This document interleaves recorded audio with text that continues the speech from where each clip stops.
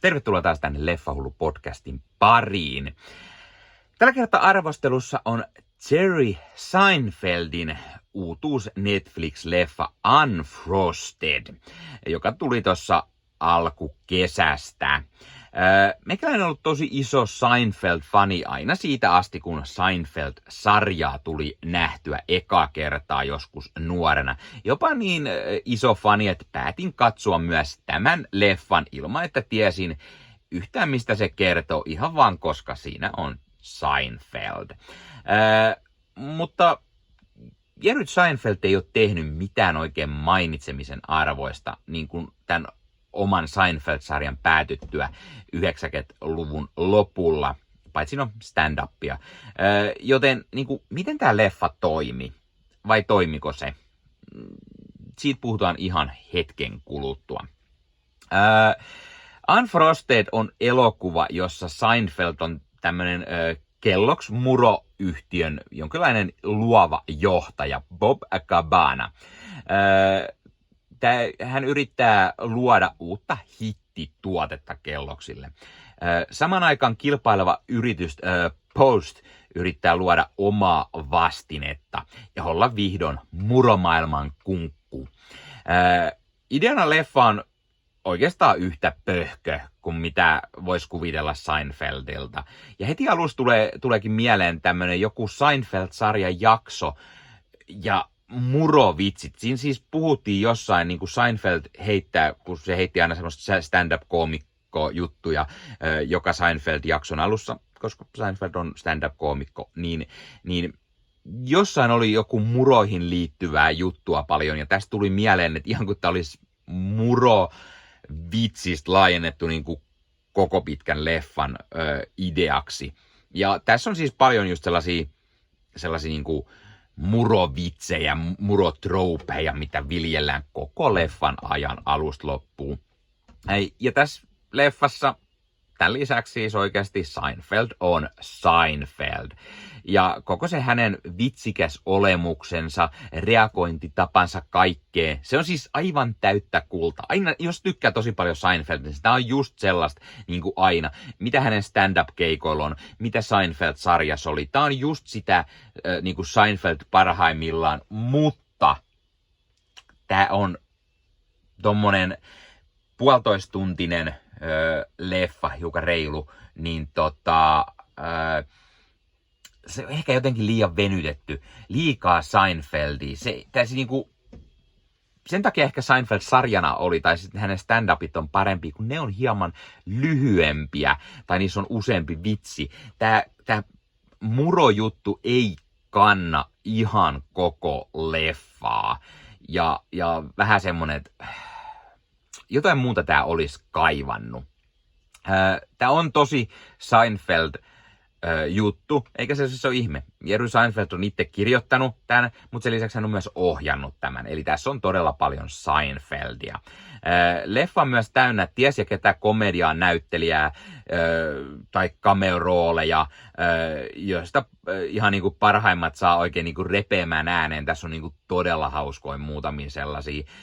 Silti leffa itsessään on valitettavan keskinkertainen, hieman tylsä, eikä se ole semmoinen komedialeffa, että se naurattaisi koko ajan, vaan välillä semmoinen, no joo, haha, tai sitten semmoinen, no joo, en tiedä. Tämä leffa on myös hieman tylsähkö. Tämä koko murojuttu ei vaan kanna niin kuin koko pitkän leffan ideana. Tämä leffa antaa kuitenkin semmoisen kivan pikku Seinfeld-maistiaisen ja saa jotenkin haluamaan sitä, että Seinfeld-sarja tekisi paluun vuosien jälkeen. Tulisi joku yksi kausi, joku niinku uudelleen herätys, mitä on tehty monen sarjan kanssa viime vuosina, niin vähän se saa kaipaamaan sitä niinku Seinfeld-sarjan paluuta. Okei, puhutaan siis myös hiukan muista näyttelijöistä. Siis Jerry Seinfeld on ehdottomasti tämän leffan parasta antia, vaikka se niin kuin Seinfeld ei ihan täysin niin kuin ole ehkä parhaimmillaan. Jotenkin tämä koko pitkä leffa niin kuin ei vaan toimi formaattina täysin hänelle. Sen lisäksi tässä on Jim Gaffigan, mikä on ihan hauska tämmönen, mutta pikkusen jähmeä tässä leffassa eikä täysin toimi. Sitten tässä nähdään Melissa McCarthy. No jo, Melissa McCarthy on Melissa McCarthy. Hyvin samanlaisia rooleja, mitä hänellä on ollut.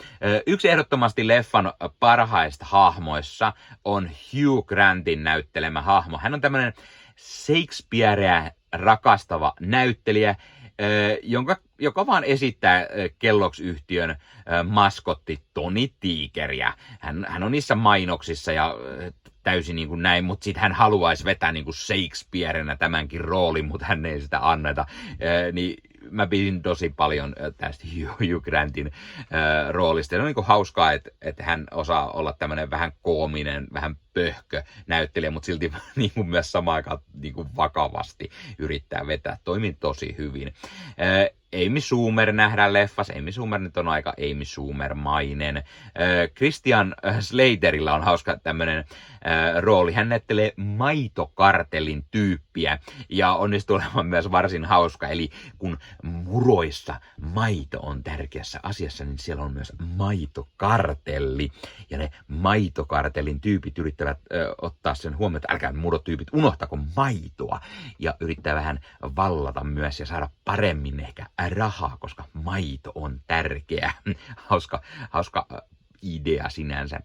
Sen lisäksi leffassa nähdään Cedric the Entertaineri, Jack McBriary, James Marsden on tämmöinen superkuntoilija ja hänellä on myös hauskoja hetkiä tässä leffassa.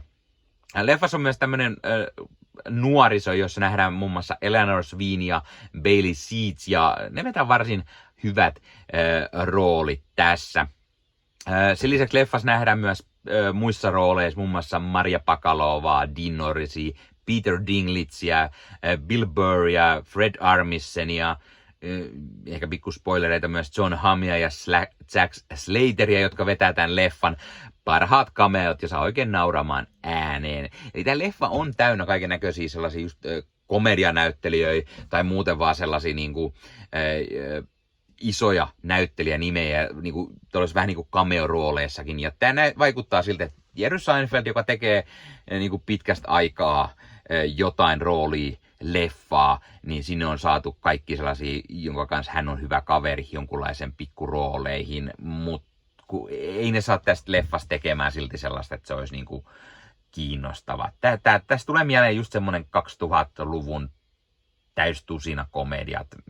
Siis usein kun tällaisia katsoo, niin tulee sen mieleen, että ei oikeasti 2000-luvulla ei osaa tehdä kunnon komedialeffoja. Sellaisia, jotka niin kuin naurattaisi oikein kunnon. Okei, 2000-luvun alkupuolelle ehkä, mutta tässä niin 2010-2020-luvulla. Semmoiset kunnon komediahelmet jää vaan täysin uupumaan. Ja niin kuin semmoisia leffoja, joka niin kuin naurattaisi alusta loppuun, niin ei sellaisia oikein ole tullut enää viime vuosina. Ja tämä Unfrosted on myös valitettavan samanlainen. Tässä on siis Jerry Seinfeldia, jotka tykkää Seinfeldistä, mutta se yksin ei riitä siitä, että tarina on vähän tyhmä. Tämä koko murojuttu ei kanna koko pitkän leffan verran. Joo, no sanotaan, että jos tästä olisi tehty TV-sarja, TV-sarjana ehkä pidempi vielä olisi ollut se, mutta silti se olisi saattanut olla toimivampi niin kuin osissa tämä koko homma, että ei lähdetä niin kuin, pitkän leffan verran yrittämään, vaan semmoinen, että annetaan vähän aikaa hautua aina ja saadaan keksitty joka jakso vähän jotain uusia juttuja, eikä vaan se, että yhtä muroa yritetään keksiä ja venytetään se koko pitkäksi leffaksi.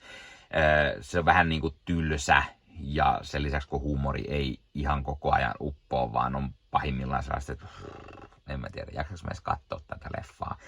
Mut leffa on semmonen, no sanotaan just ehkä 7/10. Vähän siijasii. Voi olla, että semmonen varauksellinen 6,5/10. Sanotaan 6,5/10. Eli ihan ok, mutta Seinfeld on paljon parempaakin. Kerro hei kommenteissa, onko sä nähnyt tän Unfrosted-leffan? Mitä mieltä sä olit siitä? Tykkäsitkö, etkö? Miksi et? Mitä sillä oli ongelmia? mitä sä muuten saat mieltä Seinfeldistä näyttelijänä, koomikkona? Tykkäätkö? Et? Monille Seinfeld joko uppoo tai ei. Tai mitä muuten saat mieltä Seinfeld-sarjasta? Tykkäätkö siitä? Tai oletko edes ikinä nähnyt sitä?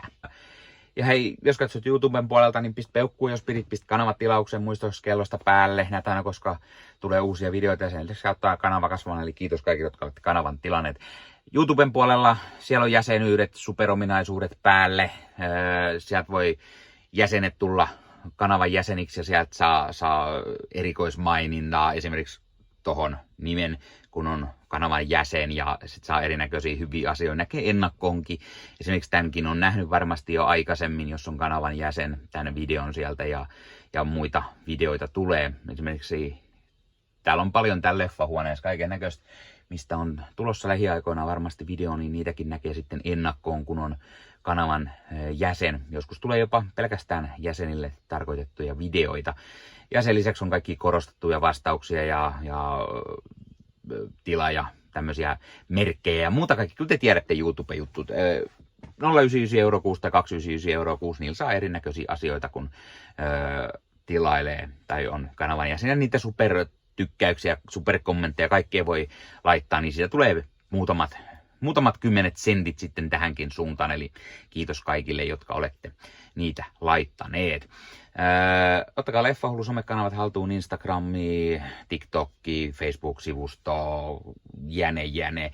Meikäläinen tekee Marvel Podcast Suomea, Star Wars Podcastia ja sitten sen lisäksi meikäläinen kuuluu Leffamediaan, jos on yli 30 sisääntuottajia, jotka rakastavat leffoja ja sarjojen katsomista, niiden arvostelemista ja kaikkeen leffoja ja sarjoihin liittyvää. Sieltä löytyy leffa- ja sarja-aiheiset uutiset, huhut, trailerit, sieltä löytyy haastatteluja, kaikennäköistä leffoja ja sarja-aiheista. Ja jos taas haluat ostaa fyysisiä leffoja, niin suomikassu.fi verkkokaupasta voi käydä ostamassa itselleen 4K DVDtä, Blu-raytä. Siellä kun käyttää koodia Leffahullu saa 5 € alennusta, kun ostaa yli 60 €. Mikä se mukavampaa? Pikkualennus, ostaa leffat ja sarjaiset fyysinä hyllyyn, koska koskaan ei voi tietää, koska kun suoratoistopalvelu lähtee muokkaamaan leffoja, poistamaan niitä valikoimastaan. Usein kuvan ja äänenlaatu kärsii, koska suoratoistopalvelun pittivirta ei riitä. Kun leffa on fyysinä hyllyssä, siinä on paras mahdollinen kuvan ja äänenlaatu ja